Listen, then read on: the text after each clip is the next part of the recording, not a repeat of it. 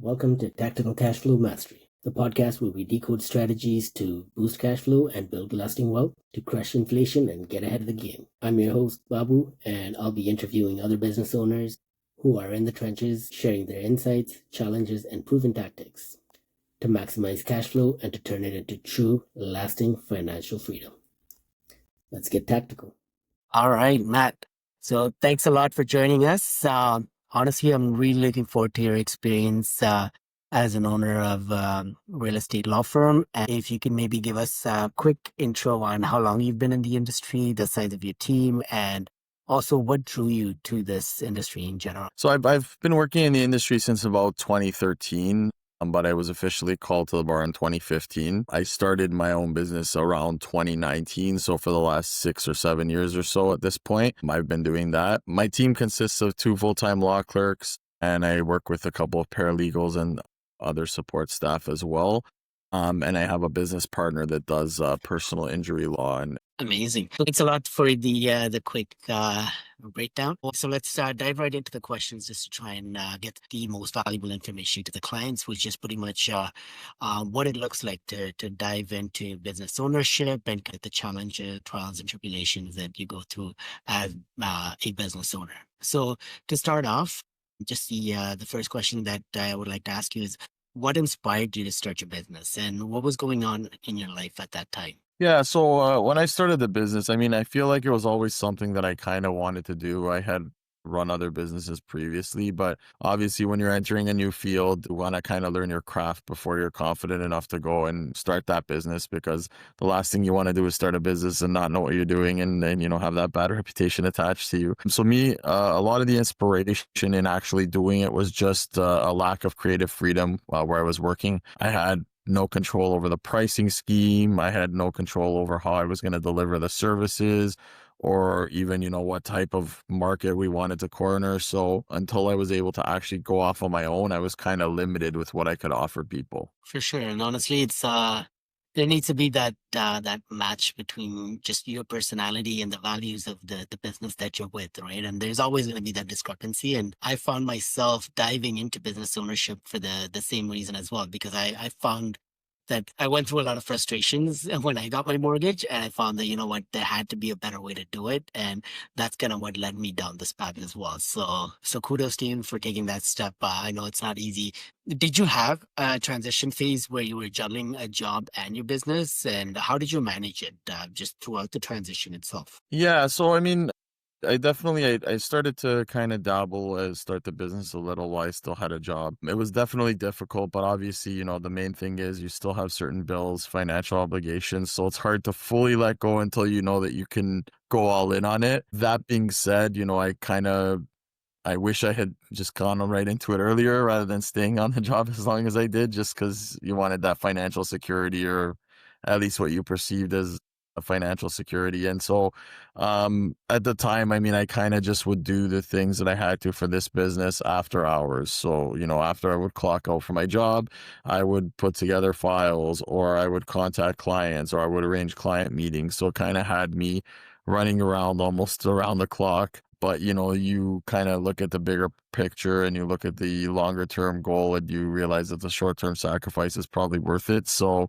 kind of just did it that way. Definitely. And that's one of those key habits that I've noticed between all the business owners and that I got a chance to interview on my podcast. And it seems like everyone seems to make those upfront sacrifices to be able to build a business that they actually want. So was there a defining moment where you realized that pretty much this is what I'm meant to do? Yeah, you know what? I think once I fully immersed myself into running the business, once I detached myself from everything else, there was times too when I was kind of at my job at the time and just thinking to myself, it's ironic that the thing that's generating me the most income right now is also the thing that I feel is holding me back the most. And so, you kind of had that whole back and forth until you finally ripped off the Band-Aid and just went right into starting the business.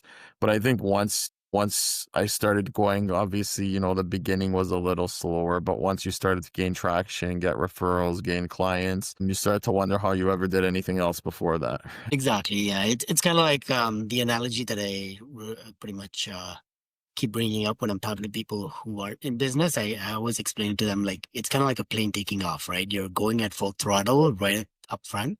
And then once you actually reach the altitude that you're supposed to be at, it's kind of, you can kind of go on cruise control because you got all your systems and your processes and everything figured out. And it's a lot more smoother at that point, right? You don't have to put in the long hours. Yeah, that's actually a perfect analogy. So starting a business often also requires a trade-off. And what kind of sacrifices did you make early on that people might not see today or appreciate? Yeah, so I mean, I think at the beginning you tolerate a lot more. Sometimes people waste some of your time or not respect your time, or essentially want you to do stuff almost for free. So, you make those sacrifices because that's kind of what you want to do to gain that momentum. But once you hit a certain point, a certain level of establishment, then you start valuing your time a little bit more. But definitely at the beginning, you take a lot more abuse, I guess, than you would later on. And you know what, just to kind of share my experience through the mortgage industry, it's kind of very, very similar to that, right? Like as soon as you start in the industry itself, you'll have a lot of people just kind of trying to probe or dig around for like so much information where a lot of it might not even be relevant or might not even make sense for their situation specifically, but just out of the kindness at first and not really understanding the demand on your time, how much of an impact it has, you kind of just willingly kind of try to give as much information as possible. And eventually you kind of start to realize how much drag on the time it is, right? Especially once your clientele starts building. And for the mortgage industry, there's the A space, the B space, the privates. And before I was, because I didn't know much, I was pushing in all directions, trying to see if I can help clients in every way possible. And then eventually kind of narrowing down my scope to the type of clientele that I wanted to focus on, right? So it's an interesting kind of shift through the whole maze of entrepreneurship for sure. But yeah, definitely. So throughout your process or throughout your business career, what kind of key learning, mentorship, or training has helped you push through the tough parts and stay committed with entrepreneurship? Because a lot of people do tend to take a step back sometimes, even go back to a job. And so what helped you to kind of make things successful and push through the tough times?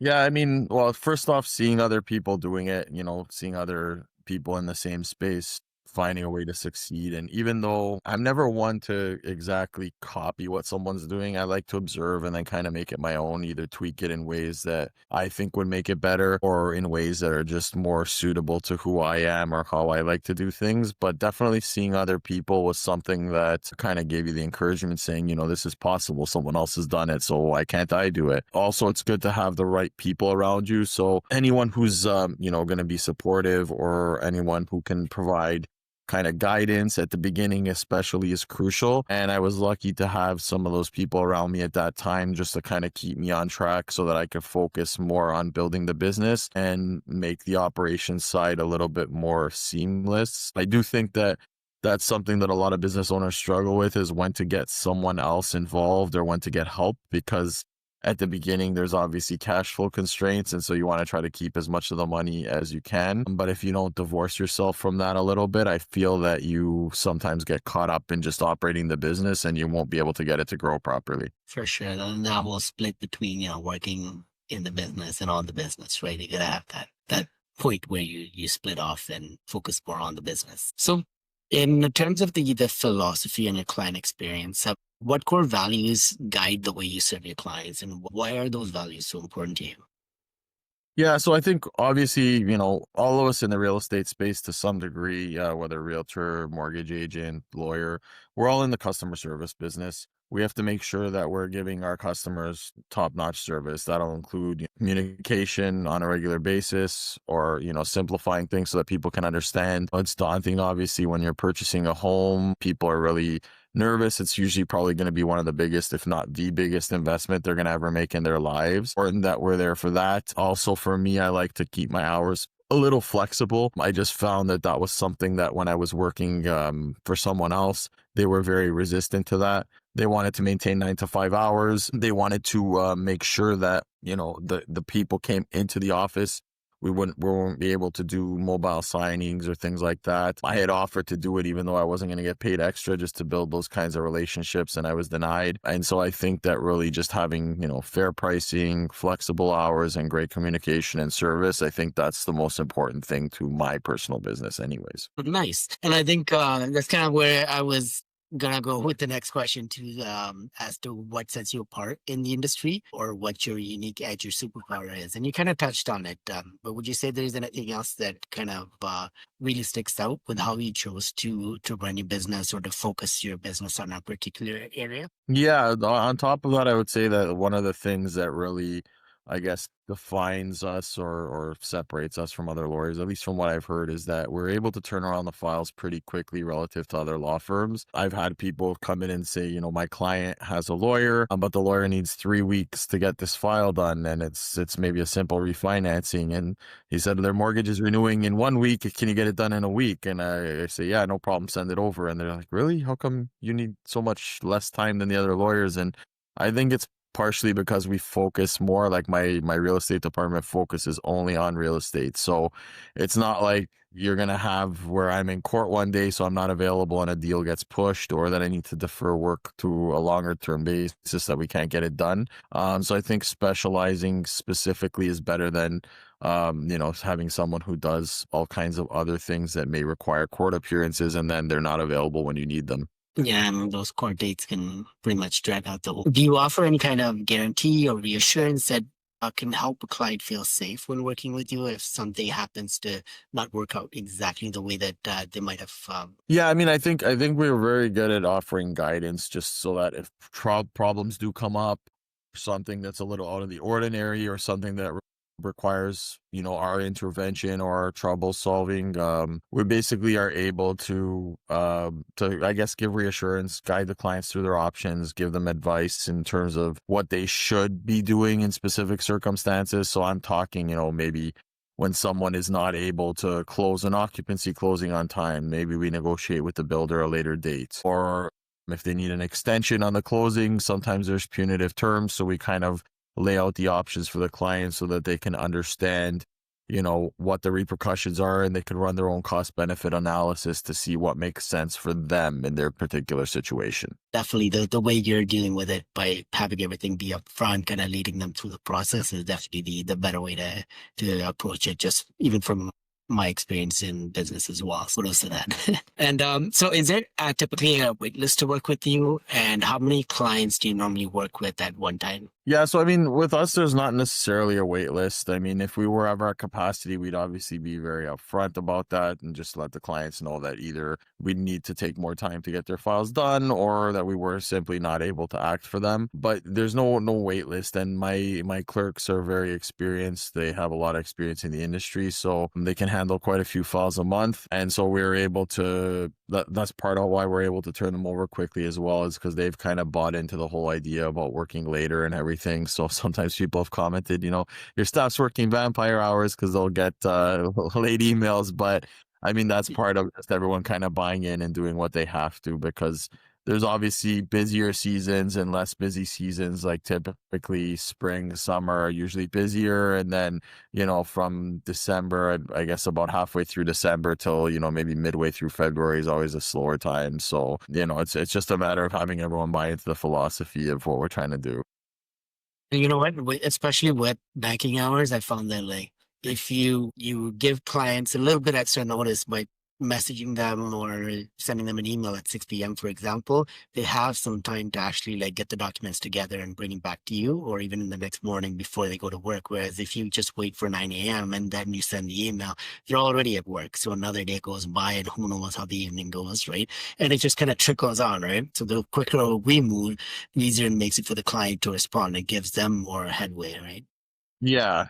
And clients like to sign up on off hours, like evenings and everything. And, for us too, it's better. I like to do my signings in the evening. So during the day, we can focus on, getting the deals closed. And then in the evening, I can go over everything with the clients and I'll have time with no interruptions. Exactly. So, what are some of the common mistakes that people make when choosing someone in your field, and how can they avoid them? Yeah, so I mean, okay, so in my industry specifically, anytime I get a call from someone who's, just a referral or either just they found us some way or another, the first thing they always ask is not, how long have you been doing this or how competent are you? They say, what's your fees? That's the first question I always get.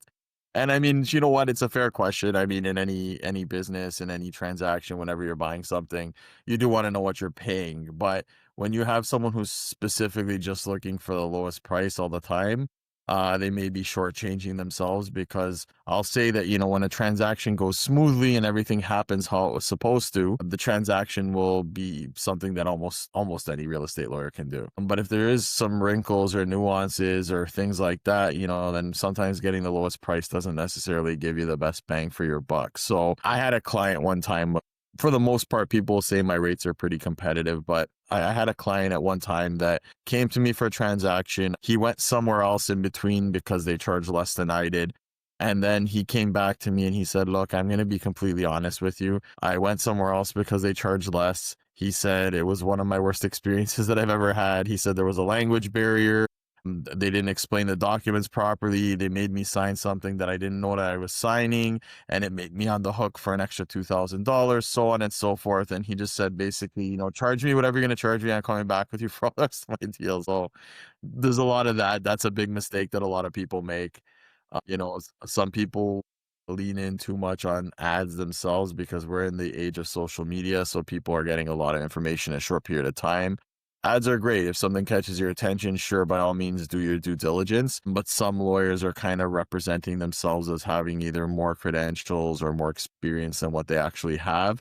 So it's kind of one of those things that, it's a buyer beware, like do your due diligence, see if someone else has worked with this person before that they can vouch for them, or, see if there's something about them when you talk to them that either makes you feel confident that they're an expert in their field or that's something that resonates with you. And you know what? Especially nowadays, clients they require much more to gain trust because Google reviews can be easily fake. And you see some accounts with like 20,000 reviews and it's just kind of the same repeat items. And so now diving into the money, the mindset, the strategy portion of the questions, how has owning a business changed your relationship with money, cash flow, and building wealth in general? I think for me personally, anyways, my principles kind of when I got into this, first, when you leave the whole employment context, you're going to realize that you don't have any more money coming in. So the first thing in your head goes to, how can I stop spending as much money?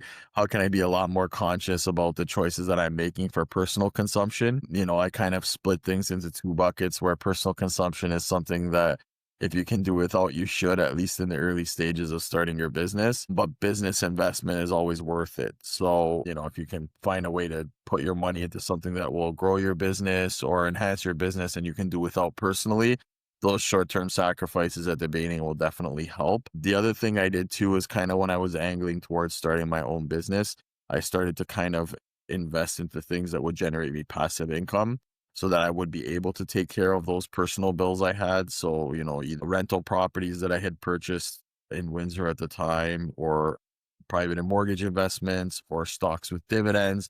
My whole concept was that if I could replace all of, if not most of my personal expenses with these passive incomes, then I can focus the rest of my resources on growing the business or investing in things relating to the business. So looking back, what mindset shift made the biggest impact on your financial success, personally or in business?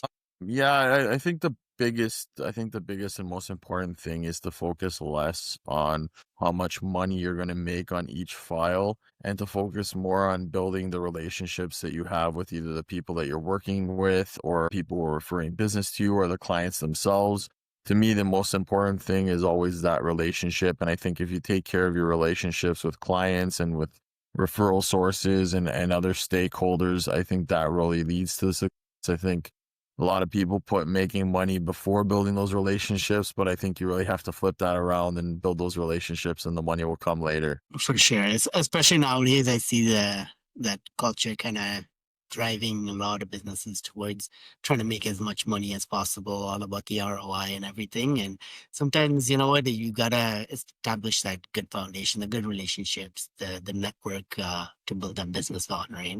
So, could you walk us through your current cash flow strategy, or how do you make sure that your income is actually being used wisely? Yeah, so I mean, for me personally, I always make sure that from the corporation itself, I take a relatively small salary.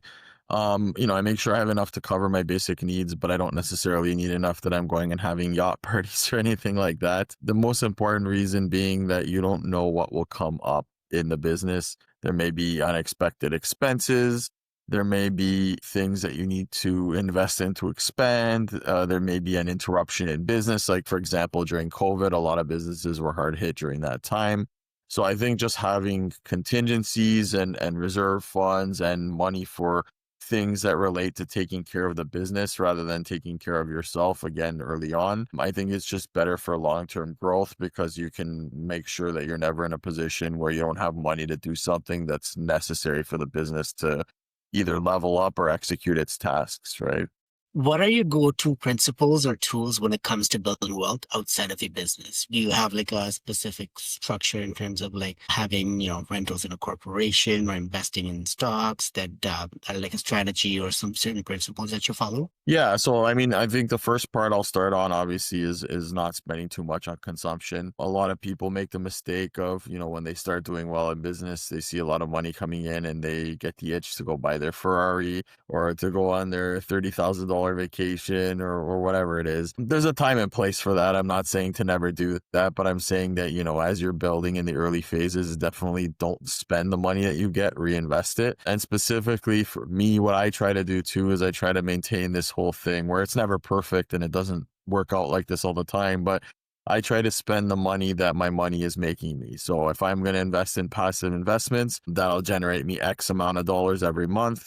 I will use that X on whatever I see fit, maybe for something personal or maybe, to indulge in something, but not more than that. And the thinking behind it is just that so anything you'll make while you're working, you can add to that pile and you can give yourself a quote unquote raise, but you should be able to try to live off those passive investments. Now that's again, a longer term game. It's not something that happens on day one or even day 10 or day 200, but it's something that you kind of try to work towards, at least in theory and principle.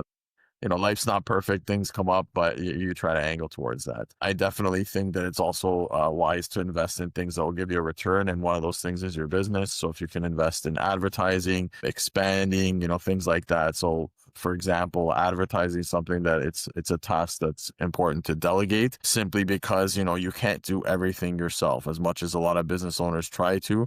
You can't do both, advertising or business development and operations. So you got to kind of divide the tasks up so that you're able to do what you need to do to grow the business, but not try to put everything on your own shoulders. Also, I think that investing is important. Some people might think, oh, I don't have enough money to invest.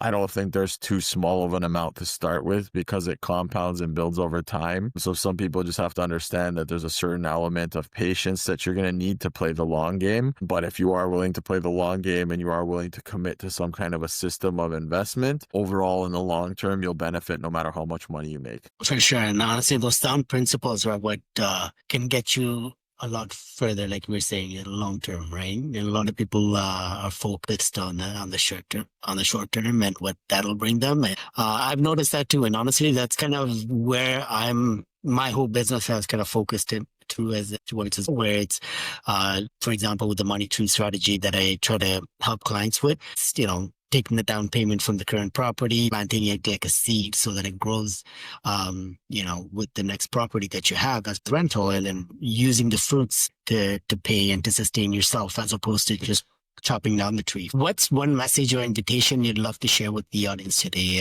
Do you have like an event coming up? Are you hiring, or do you have any new clients or specific type of clients that you're taking on? Yeah, so I mean, we're always happy to provide consultations to clients, see if we can help them, see if what they need is within the wheelhouse of what we offer. We usually like to keep updated on any projects or things that we do have coming up. We keep everyone updated. So once in a while, we'll do promotions. For example, we recently ran a promotion for wills that were a little bit lower priced and things of that nature. So we're always happy to chat with people if they have questions. Nice. And what's the best way for people to stay in touch or explore your work or even learn about what you do? And I know you're pretty heavy on social media, which honestly I have a lot of admiration for because it's tough to stay that consistent. And a lot of the content that you put out there is very good as well. So can you share a little bit about that and how clients can learn a bit more about you? Yeah, definitely. Following us on social media is always a good way to learn about what's going on. Things we try to keep current with events or changes in the law or things that might impact people in our space, specifically home buyers or people doing refinancings or anything like that. So obviously that's one good way. We also have a monthly newsletter. So if you subscribe to that, there'll be certain things that are relevant in the space during that month or during that period of time. So two ways definitely to kind of stay on top of what's going on. I know that one of the platforms that you are very engaged on is Instagram. The handle there is at AP Romano Legal. So if you guys want to follow, please do. You can find out some really good tips and information that he shares there as well. And the link tree as well, we'll be sharing that in the show notes. So you can follow him and just get a little bit more information about the business as well. Was there any closing remarks or anything that you want to share? Yeah, I just wanted to say thanks for having me out here and being able to speak with you today. It's really great, obviously, always talking about my business, but also about the financial aspects. And, I like everything that you have going on as well. So I really appreciate that you're focusing on the investment side of things. And it's always good to talk to people about that. So thank you again. Amazing. Thanks a lot, Matt, and take care. Take care. That's a wrap for this session on tactical cash flow mastery.